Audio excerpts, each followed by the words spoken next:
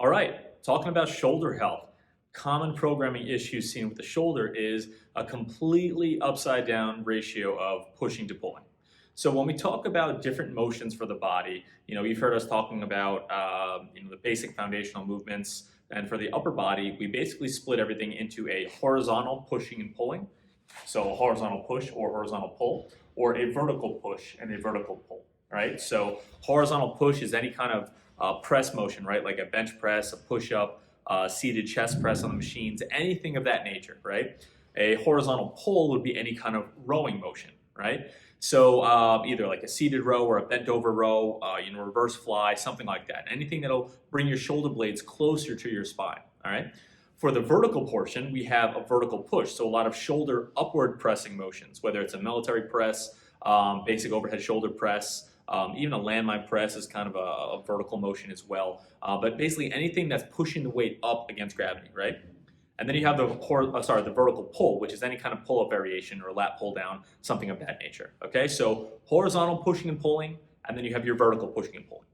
Now, shoulder, rotator cuff injuries, bicep tendon, that anterior shoulder pain, lateral shoulder pain, anything like that, very, very common. We see it a lot with any kind of pressing motion. That's when most people tend to get injured, right? Or that's when those symptoms will present themselves the most.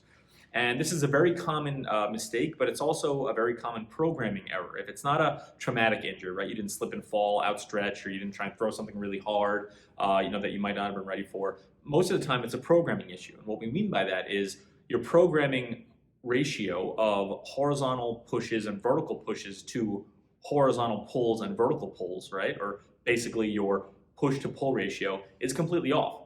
Now, we like to see people do a 3-to-1 pull to push ratio. 3 times as much pulling as you are pushing.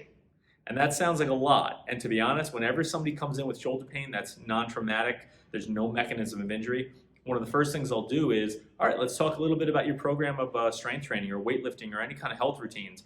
What do you like to do? And almost invariably, every single time, that ratio is flipped backwards. And it's the exact opposite of what we want to see.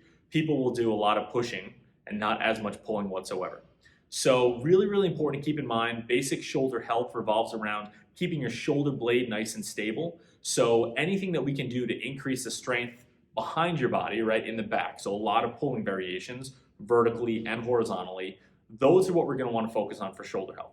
So the proper ratio of pulling to pushing should be 3-to-1. If you take a look at the end of the week and you count all your reps for every single exercise you did, you should have 3 times as much pulling as you did pushing.